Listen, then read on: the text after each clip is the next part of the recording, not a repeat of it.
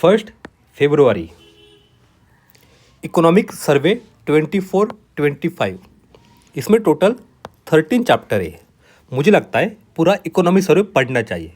यहाँ से बहुत सारे इश्यूज टॉपिक हमारे रिवाइज हो जाते, कवर हो जाते हैं।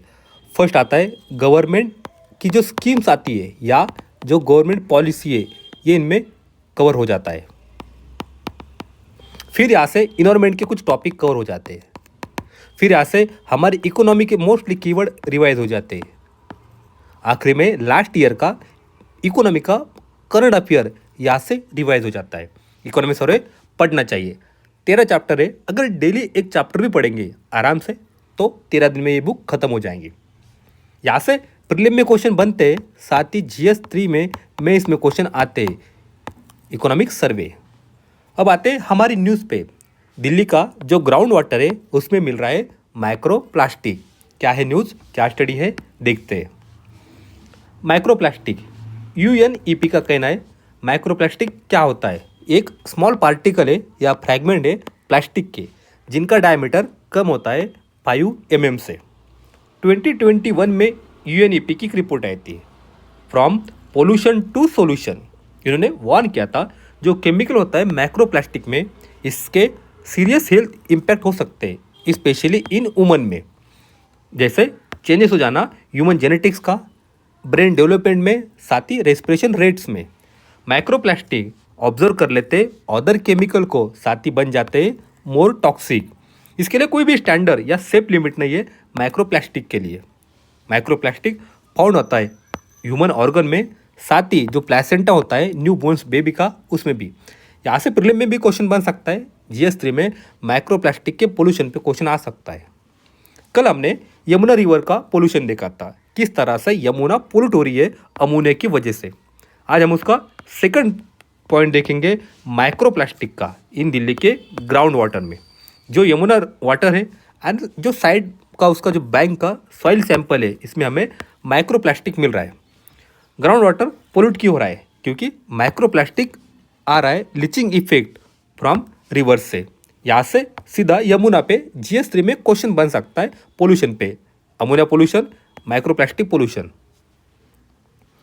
अब आते हैं हमारे सेकंड न्यूज़ पे। हम चलेंगे केरला, जहाँ पे एक टेम्पल है गौरीश्वरा टेम्पल। अब इन्होंने कहा है जब भी आप टेम्पल में एंट्री करते हो तो मेल मेंबर को अपना शर्ट रिमूव नहीं करना चाहिए। ये टेम्पल डेडिकेटेड है लॉर्ड मुरुगन के लिए। इसमें टेम्पल में जो मूर्ति थी उसको इंस्टॉल किया था श्री नारायण गुरु जी ने। इन पे इस बार हो सके प्रीलिम में इसमें क्वेश्चन बन जाए।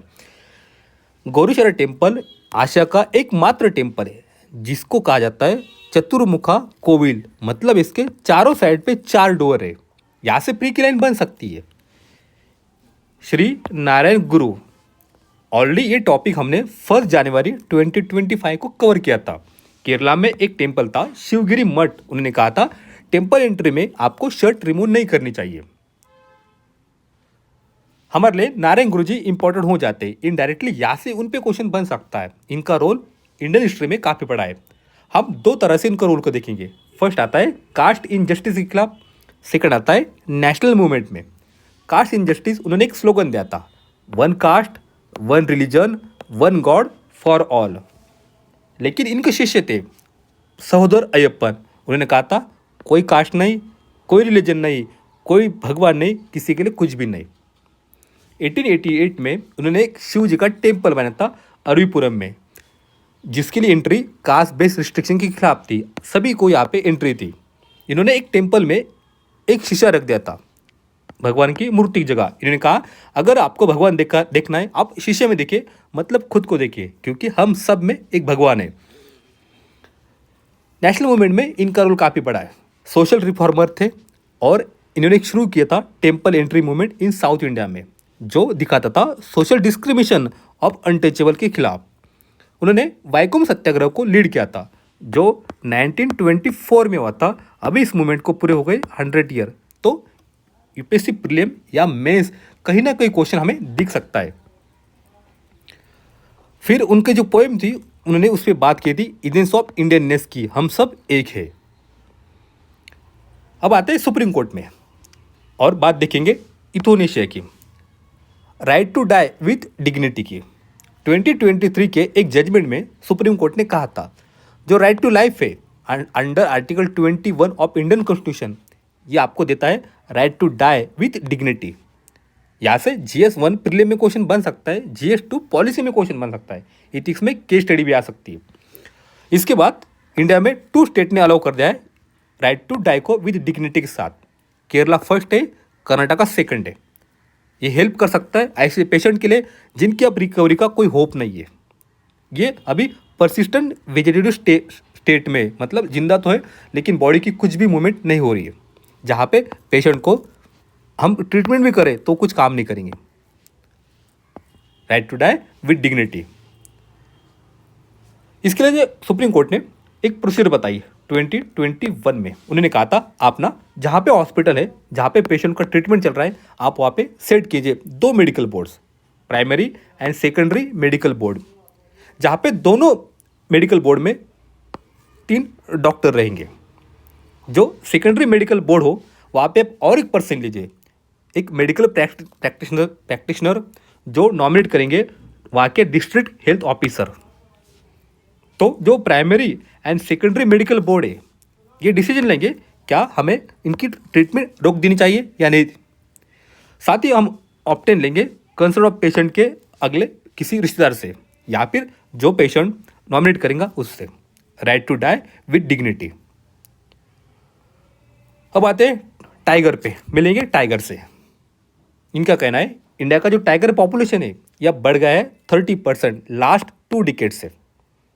इसके लिए हमने एक स्ट्रॉन्ग लेजिस्लेटिव फ्रेमवर्क बनाया था। यहाँ से GS3 में मेंस में क्वेश्चन बन सकता है, साथ ही UPSC प्रीलिम में भी क्वेश्चन आ सकता है। टाइगर पॉपुलेशन हमारे इंडिया में लास्ट 2 डिकेड से 30% बढ़ी है। इसके लिए हमने स्ट्रॉन्ग लेजिस्लेटिव फ्रेमवर्क बनाया है। फर्स्ट आता है wild life protection act 1972, second आता है फॉरेस्ट कंजर्वेशन एक्ट 1980, थर्ड आता है national tiger conservation authority NTCA। ये अथॉरिटी बनी थी 2006 में under wild life protection act. यहाँ से प्रीलिम में 100% इस बार क्वेश्चन बन सकता है। इस अथॉरिटी को पूरे हुए अभी 20 ईयर, तो हमारे लिए चांसेस बन जाते हैं। NTCA कब बनी थी, किसके अंडर में, क्या काम करती है। तो टाइगर का जो रिकॉलेशन रेट है ये हमारे लिए इंपॉर्टेंट है। इन्होंने 2 बातें पे फोकस किया, एक आता है हायर, एक आता है लोअर। हायर रेट देखते region with lower dependence on forest and resource, जहाँ पे बेटर सोशियो इकोनॉमिक कंडीशन है वहाँ पे टाइगर रिकवरी ज़्यादा होती है। लोअर में आता है जहाँ पे एरिया विथ हाई पावर्टी, साथ ही आर्म कॉन्फ्लिक्ट होते हैं, जैसे नक्सल अफेक्टेड पार्ट में Jharkhand, Chhattisgarh. India 70% world wild tiger India में होते हैं। यहाँ से प्री की लाइन बन सकती है। अब आते हैं इस छोटी न्यूज़ पे, न्यूज़ पूरी पढ़ेंगे नहीं, यहाँ से एक कीवर्ड पे हम फोकस करेंगे। कहा जाता है इसको इंडेक्स ऑफ इंडस्ट्रियल प्रोडक्शन। ये हम देखेंगे। इसको मैंने उठाया है इंडिया ईयर बुक से। यहाँ से हर साल कम से कम 10 से 12 क्वेश्चन प्रीलिम में बन जाते हैं। मतलब 20 क्वेश्चन तो 20 मार्क्स हम एक बुक से ला सकते हैं। इंडेक्स ऑफ इंडस्ट्रियल प्रोडक्शन जिसको कंपेयर करता है NSO, जिसका बेस ईयर है 2011 एंड 12, रिलीज होता है एवरी मंथ पे। अगला जो कीवर्ड है यहाँ से प्री की लाइन बन सकती है IMF, इंटरनेशनल मॉनेटरी फंड। जब भी आपको कुछ डाटा कलेक्ट करना हो तो उसके लिए कुछ स्टैंडर्ड्स होते हैं, ये IMF ने बनाया है। इनको कहा जाता है स्पेशल डाटा डिसेमिनेशन स्टैंडर्ड।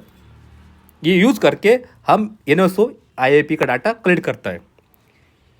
जो IIP है इसको 3 सेक्टर में ब्रेक किया जाता है, माइनिंग, मैन्युफैक्चरिंग एंड इलेक्ट्रिसिटी। इसका एक ऑर्डर क्लासिफिकेशन आता है, क्या है देखते हैं। इंडेक्स ऑफ इंडस्ट्रियल प्रोडक्शन, इसमें 3 कैटेगरी आते हैं, 3 sector, manufacturing, mining and electricity. इसका जो वेटेज है यहाँ से भी प्री में क्वेश्चन बन सकता है, हमें उसका वेटेज पता होना चाहिए। मैन्युफैक्चरिंग का वेटेज है कम से कम 80%, माइनिंग का आता है 10.20%, इलेक्ट्रिसिटी का आता है 10.50%। मतलब मैन्युफैक्चरिंग टॉप पे आता है, इलेक्ट्रिसिटी सेकंड नंबर पे आता है, माइनिंग थर्ड नंबर पे आता है। ये सीक्वेंस हमारे लिए इंपॉर्टेंट है। मैन्युफैक्चरिंग में 2 कैटेगरी आते हैं, एक आता है इंडस्ट्री गुड, सेकंड आता है यूज बेस्ड गुड्स। फिर यूज बेस्ड गुड्स में 4 अदर कैटेगरी आती है, basic good, capital good, intermediate goods and consumer good. फिर कंज्यूमर गुड में दो कैटेगरी आती है, durable goods and non durable good. ये डिजिट यहाँ काम नहीं कर सकते क्योंकि यहाँ से क्वेश्चन नहीं बनेगा, क्वेश्चन यहाँ से बनेगा 79, 10.20, 10.50। इसको इशू करता है NSSO। अब आते हैं जापान। यहाँ से एक न्यूज़ आई है, यहाँ से मैपिंग का क्वेश्चन प्रीलिम में बन सकता है। क्या है देखते हैं। सी ऑफ ओक्सटेक ये है उसकी लोकेशन, जो कनेक्ट करता है नॉर्थ पैसिफिक ओशन को एंड रशिया को। यहाँ पे ये बीच में है कामचटका पेनिसुला जो रशिया का पार्ट है एंड सकलिन गल्फ जो रशिया का पार्ट है। यहाँ पे आते हैं कुरिल आइलैंड्स जो रशिया के अंडर में। यहाँ पे नीचे है जापान। ये मैपिंग हो सके प्री में क्वेश्चन बन जाए। अब आते हैं सी ऑफ जापान पे। सी ऑफ जापान 4 कंट्री से लोकेटेड है, Russia 1, China 2, north Korea 3, south Korea 4 and Japan 5। माफ़ कीजिए, स्टार्टिंग मैंने 4 कहा था। सी ऑफ जापान की लोकेशन हमारे लिए भी इंपॉर्टेंट है, यहाँ से भी प्री का क्वेश्चन बन सकता है। अब आते हैं अगली न्यूज़ पे। हम बात करेंगे बाल्टिक सी केबल की, जो कनेक्ट करती है जर्मनी से फिनलैंड को। इसमें एक लिंकिंग चैनल भी है जो कनेक्ट करता है लिथुआनिया को स्वीडन से। और ये अभी केबल है, इसमें कुछ डिस्टर्ब आया है, कुछ एक शिप की वजह से इसमें कुछ खराबी हुई है। यहाँ से प्री का क्वेश्चन बन सकता है। बाल्टिक सी केबल जो कनेक्ट करता है जर्मनी को एंड फिनलैंड को, साथ ही लिंकिंग करता है स्वीडन एंड लिथुआनिया को। हमारे लिए यहाँ से GS3 में इसमें क्वेश्चन बन सकता है सब सी केबल का। एक मैसिव फाइबर ऑप्टिक केबल होते हैं जो हम लेड करते सी बेड पे। ये बैकबोन है ग्लोबल इंटरनेट के, जो कैरी करते 99% वर्ल्ड का इंटरकॉन्टिनेंटल डाटा ट्रैफिक को। अब आते हैं हमारी लास्ट न्यूज़ पे। 2 दिन पहले US में एक प्लेन क्रैश हो गया। यहाँ से इनडायरेक्टली क्वेश्चन बन सकता है। क्या है क्वेश्चन देखेंगे। वाशिंगटन DC एक रिवर पे लोकेटेड है, पोटोमैक रिवर। यहाँ से प्री का क्वेश्चन बन सकता है। क्वेश्चन बनेगा, यहाँ पे 4 सिटीज़ के नाम रहेंगे और 4 रिवर के ये नाम रहेंगे। हमें ढूंढना होगा कौन सी पेयर करेक्ट है या इनकरेक्ट है। इसका मतलब वाशिंगटन DC लोकेटेड है पोटोमैक रिवर पे। अगला कीवर्ड न्यूज़ में मिलता है ब्लैक बॉक्स। ब्लैक बॉक्स को 2 जनवरी 2025 को हमने कवर किया था, जब हमने साउथ कोरिया की न्यूज़ की थी। वहाँ पे भी एक प्लेन क्रैश हो गया था। नाम इसका ब्लैक बॉक्स है, लेकिन ये होता है ऑरेंज कलर का, ब्राइट ऑरेंज का। ये जो आपका प्लेन होता है उसके लास्ट ये टेल में होता है। ये रिकॉर्ड करता है कॉकपिट को, साथ ही वॉइस रिकॉर्डिंग को। मतलब जब कॉकपिट में जो पायलट होते हैं वो क्या बात कर रहे हैं, प्लेन कितनी ऊंचाई पे था, कितना डिस्टेंस था, फ्यूल ख़त्म हो गया क्या, या किसी पंछी ने इसको टक्कर मारी है प्लेन को। ये दिखाता है जब प्लेन क्रैश हुआ था उसके पहले उसकी अल्टीट्यूड कितनी थी। ब्लैक बॉक्स में जो डाटा आता है वो डाटा 30 डेज तक स्टोर रहता है। अगर प्लेन कहीं समुंदर में भी गिर जाए, किसी ओशन में, किसी रिवर में, तब भी हम इसको सोनार के माध्यम से लोकेट कर सकते हैं ब्लैक बॉक्स को। इसका जो मैकेनिज्म है, इसका जो फंक्शन है, हो सके इस पर GS3 मेंस में क्वेश्चन बन जाए, वर्किंग ऑफ ब्लैक बॉक्स। आज के लिए इतना ही है। Thank you.